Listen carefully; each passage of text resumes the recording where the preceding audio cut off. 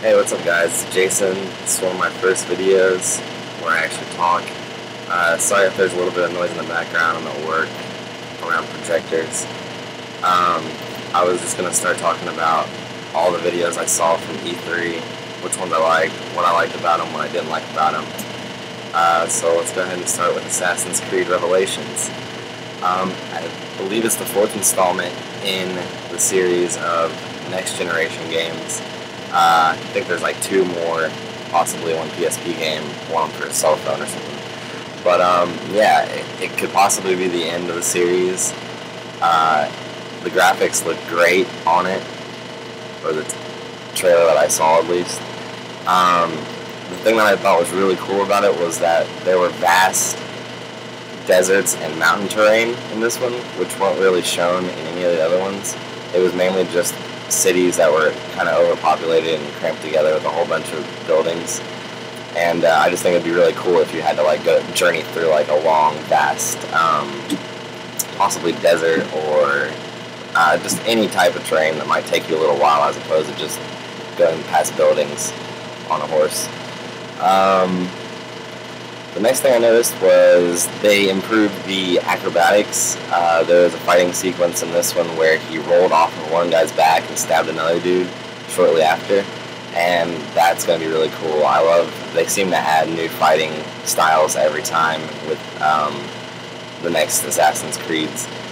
The thing, towards the end of the trailer, Ezio actually sees Altair from the first two, and that was really exciting because it's possibly going to completely tie the end of the story together, and I'm just really excited to see how that plays out. Another cool thing from it, I mean, most people probably didn't even notice, but the background song, it just sounded really interesting. I'm probably going to look it up in a little bit.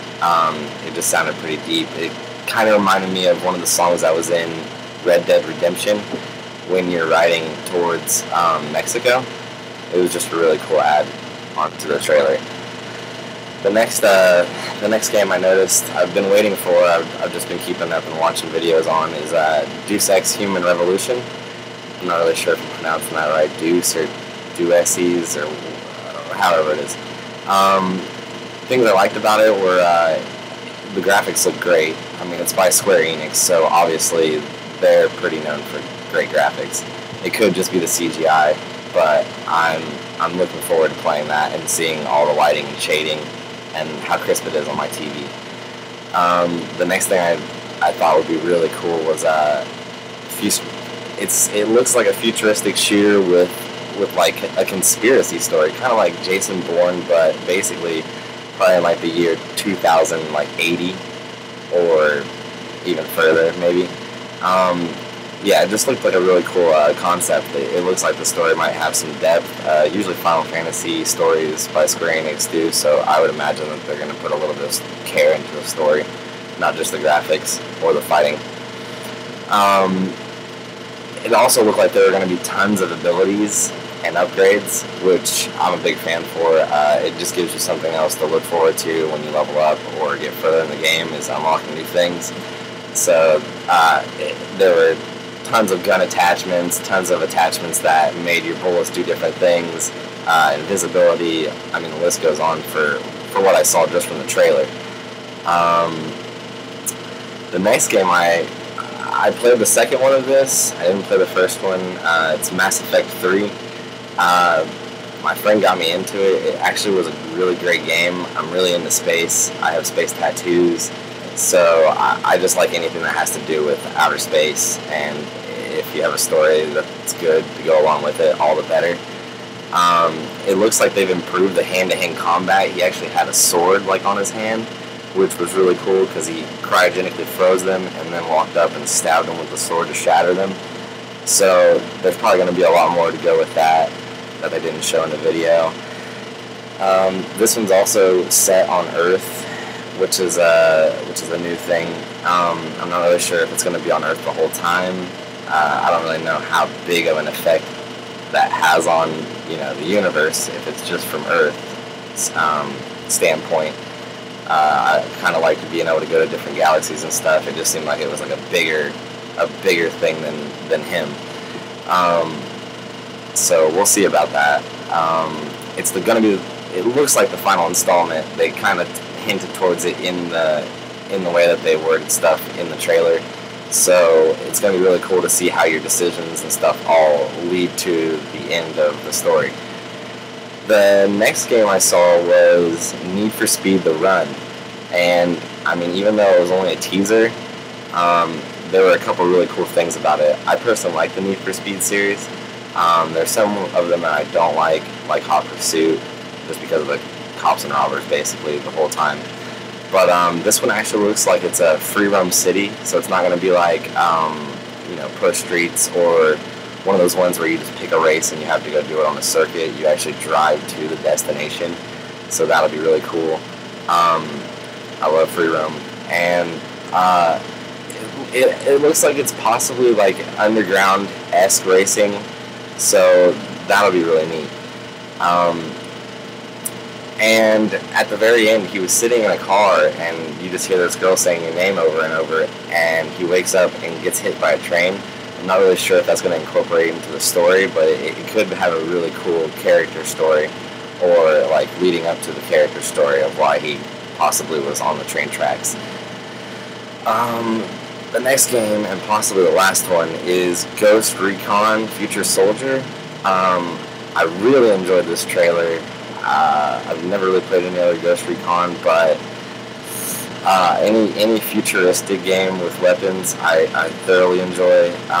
It looks like there are going to be some crazy futuristic weapons in this one that I've never experienced in any other game. Like there was this like flying half helicopter, half boomerang that one of them sent out to like shoot somebody in the head. It looked like there were really cool choreographed breaches in it. It only showed one, but like everybody was where they were supposed to be at the perfect time, and you might be able to set up your characters to customize the way you want to breach like a particular area, which would be a really cool thing, kind of similar to Tom Clancy's Rainbow Six Vegas, which is really cool. I like posting people up on doors and breaching in and surrounding them, which would be a really neat concept. It never said this in the trailer, but I kind of thought how cool would it be if there was a record feature for gameplay on the game with the choreographed breaches, because they paused it during the trailer and panned around at all the different characters and how they were getting shot and how they were breaching in all exactly one part in time. And I just think it'd be really cool to be able to actually do that yourself on the story. I haven't heard anything about them actually putting it in there, but I think that would be a really good idea, a really cool a feature to have. Also on that game, the graphics looked great. I mean, it was just CGI, but the graphics looked absolutely stunning. Okay, I got one more game. Call of Duty Modern Warfare 3. Obviously, I don't really need to even say much about this to promote it. It's got 3 continents from the trailer that I saw. I mean, that's just going to be such a vast story to be traveling to 3 different continents. I don't really know what we're going to be chasing across that much distance, but there were a lot of diverse transportation in there. It went from jets to trains in England to cars to boats. That's really cool for Call of Duty because it's normally just a shooter, and I've recently liked when they've added in like AC-130s in the story. That's a really cool feature. And it could possibly be the last one in the Modern Warfare installment, so it could really wrap up the story and tell, the end of what's going to happen. So that's pretty much my review so far of the E3, just for PlayStation alone. I might do one for Nintendo 3DS. I just recently got one, and there's a lot of cool games coming out for that. So look forward to some new videos. You can comment or message me on Facebook, and you guys have a good day.